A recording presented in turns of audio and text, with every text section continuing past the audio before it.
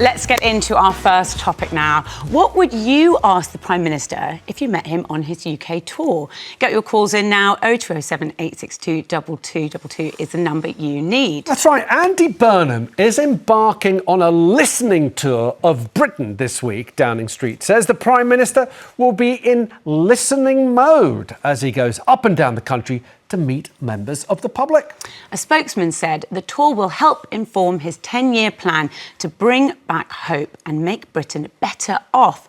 But we want to know what you'd say if he landed in your hometown. It's like Santa. What are you going to ask Santa for this year? Do you have to sit on his knee, do you? No, I really don't think so. Right. What's at the top of your priority list?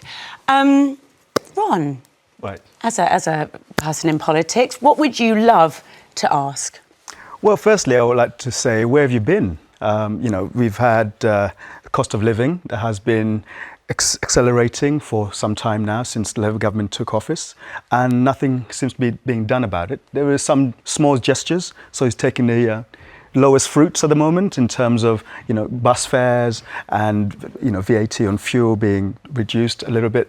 So these small wins are great, but the country needs you. It needed you 2 weeks ago when you went away, or a week ago when you went away. So where have you been? Come back in. Let's call back Parliament. Let's start discussing the policies that you're going to be offering the country. I mean, I'm not surprised he started with buses because that's his vibe, isn't it? Thing. That's his he's the bus guy. Yasmin, what about you? Well, Three wishes. It's like a I genie. think Ron, you don't understand the importance of bus fares to ordinary people. I go on buses all the time, and honestly, and he did this in Manchester. Some of these are the policies that have worked. And also, when you ask where he's been in Manchester. No, he hasn't. He's been on holiday. No, but he could have a holiday. No, he's been in Manchester all these years. And actually, I would ask you, have you thought about that a lot of these problems of cost of living crisis was caused by austerity by your party? I would say no, it was not. It was caused by a financial crash of 2007, 2008, 2009. And then we instilled these policies to try and look after the purse, the national purse.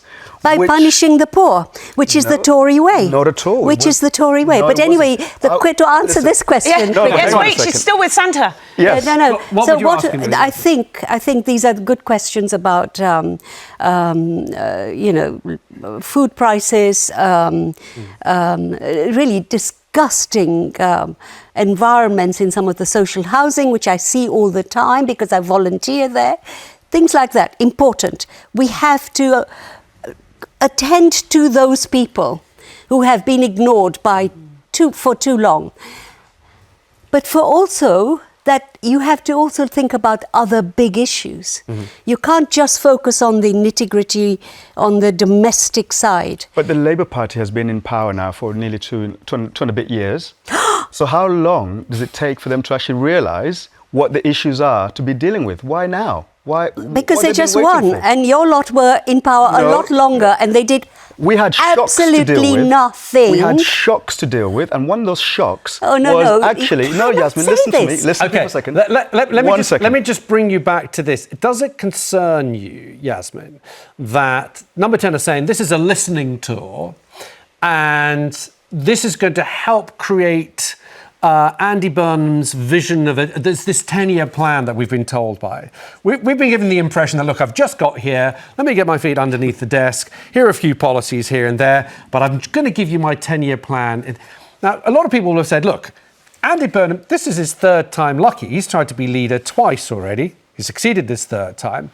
Is he seriously still putting together a plan for Britain now? Has he not been thinking about this for at least a year before? He was mayor of Manchester. I mean, this is ridiculous. The man's just got into play. I know Andy and I like him, but I still won't vote for him. Why not? Because for me, the only issue that matters at the moment, at this point in my life, is what's he going to do on Gaza, and he hasn't answered that. So that would be your question to him? Yes, but I think the groundwork he's doing is important. It's also understanding, and one thing he has sort of said recently, that, for example, the supermarkets raising their prices willy-nilly whenever it suits them has to stop. Because for essential items, We need to protect wait a those minute. people who are on very low wages, so they have to work 3 jobs a week, thanks to this I'm lot. sorry to cut you off, but this is just gesture politics. Absolute gesture politics. Just the same way as they're moving the number 10 to North. That's just gesture politics again. It's not going to do anything for this country.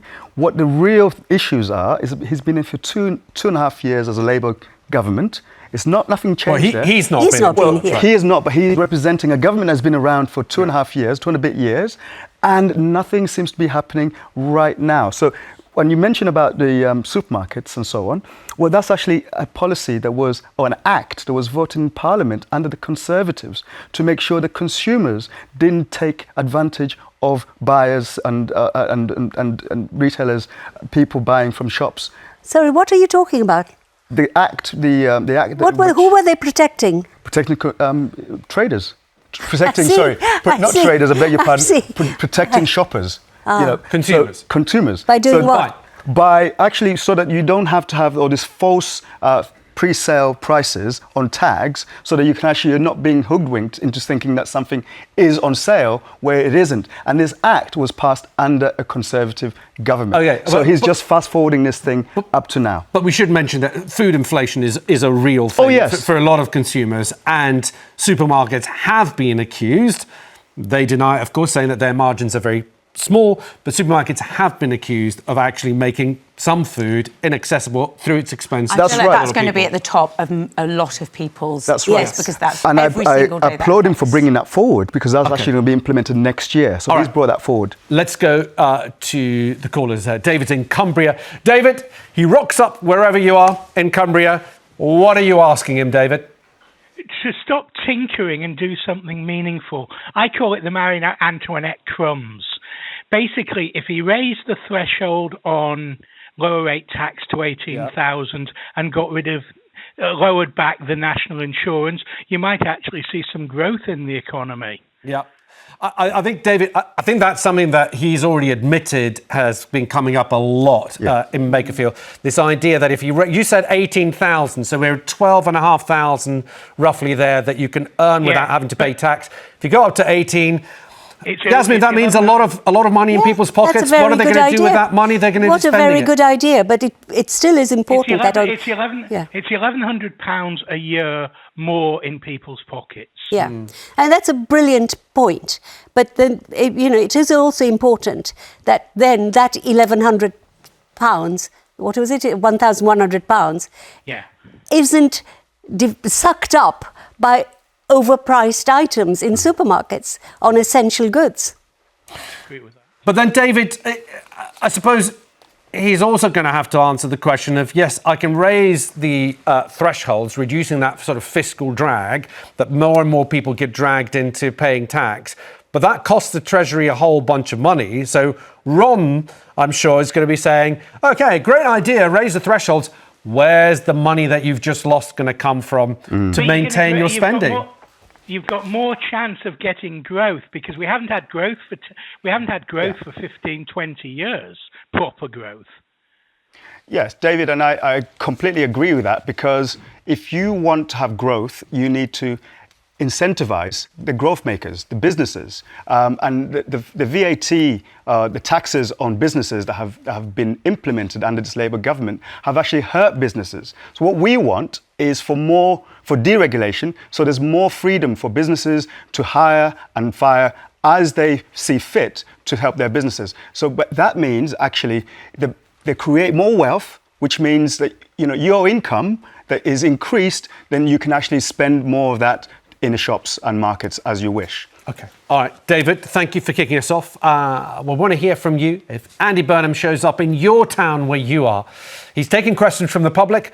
What would you ask him? Mike's in London. Mike, what are you asking? Hi, I would say, why isn't NHS dental care a basic responsibility for dentists practicing in the UK in the way it used to be? Doctors contribute to the NHS.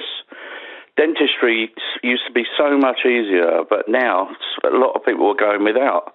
It's a basic health right, I believe. Yeah. And it has become, I feel like no one, I don't know a single person who's got access to NHS dentistry at all. Few people, younger people seem to have better access. If you're a child, easier to have access, but this is something that's come up actually a lot, Mike. People complain of the price of dentistry, the fact that NHS dentistry seems to be like a sort of a rare animal, a sighting that you haven't had. I mean, Yasmin, is there a danger that he's going to be overwhelmed by... There's so much that people are worried but about. I think it's really important because people, for all these years under the Tories and then, frankly, Keir Starmer, people felt unheeded, unheard. Okay, so this is psychologically important for the population, that he's going in their midst and listening. And I'm sure he'll say, I can't do this overnight, but I want to know. I'm listening because I don't want to base policy.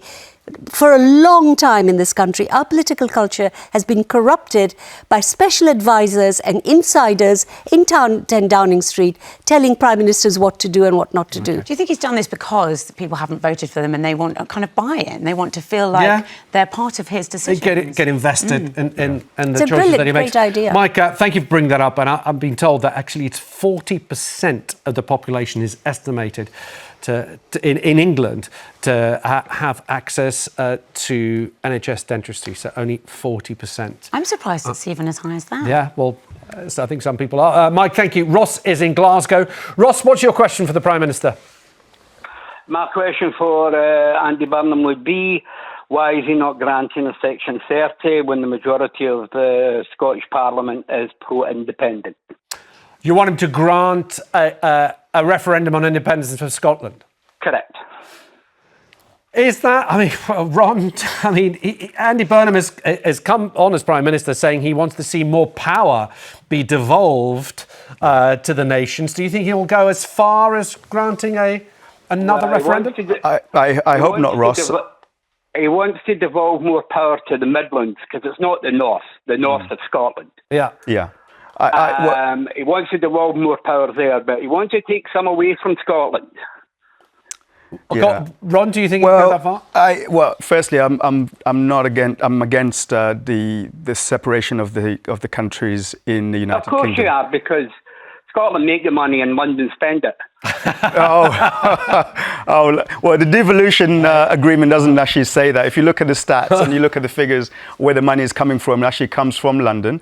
And where devolution hasn't worked is when we've given far too much authority to SNP up in Scotland, and they have actually, look at what's happened to the former leader's husband, who's now, I believe, guilty of embezzlement of public funds. So I don't know if devolution has actually worked in that sense, but I do believe in giving power to local communities to sustain themselves and think what works best for them. But with that comes responsibility. And I think from what I've seen in devolutionary terms in local government is sometimes that does not come with responsibilities that they ought to have. So if you're going to have spending power, you also have to be responsible of what you do with that money. You can't just keep blaming. Can I just say, I think it's a bit rich for a Tory to lecture Scotland on bad politicians when they have enough in their bag to be deeply embarrassed, if nothing else. All right, okay? I'll leave you two to sort that out in just a moment.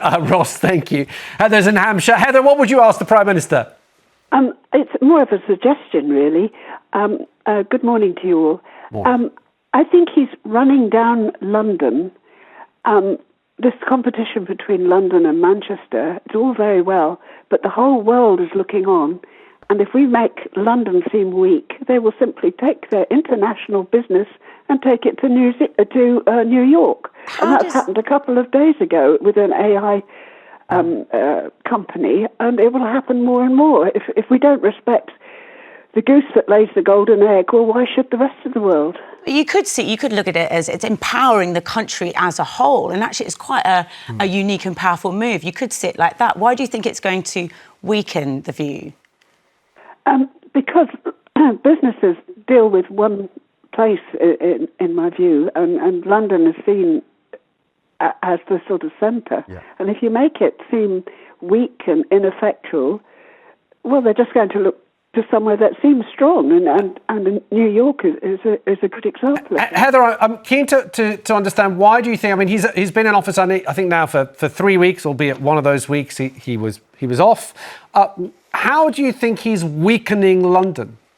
Well, for instance, taking number 10 up to Manchester. Well, he hasn't taken number 10 to Manchester. Number 10 stayed where it is. He's opened number 10 for the north to be closer to other parts of the country. One day a week he'll work from up there. No, it's not a good look for London. It isn't. Okay. But it's uniting the country, and that's... Well, it obviously isn't, is it? I mean, if the whole country goes to the dogs as a result of it, there's going to end up squabbling over what little money is left. Yeah. All right. I think Heather, thank you. Yeah, I think the country is already united anyway. I mean, there isn't this whole gestures of talking on a tour. But Ron, the hang country on is a united. minute. One of the most persistent complaints of this country, and it's something that Boris Johnson, remember, tried to solve as well when he came to power before COVID came in, was this idea there was parts of the country that felt we're being left behind. Yeah. Everything's London-centric, everything's happening in Westminster. Yes, London has got the big financial sector, but a lot of people up and down the country feel neglected. So the number 10 in the north is, I don't know whether it will work, I don't know if it's a good idea, but at least the intention is to say, we're going to bring power closer to you. We're going to bring power to areas of the country that feel neglected. So this was already happening. This was already happening under Boris Johnson. We had the levelling up agenda. That's the one. That was really, really workable. Of course, we want to But it didn't work. It was workable, but it didn't work. It didn't. No, It wasn't allowed to it work. didn't work. It wasn't allowed to work because what we had was COVID-19 that came in, disrupted so many things. Okay. But we also had the office in Doncaster and the number 11 at up That's north. the Treasury that Rishi Sunak took and up to Teesside to was one of the biggest investments in this country has ever made at Teesside. That is levelling up. All right, good. Let's move on now. We're going to be asking something slightly different.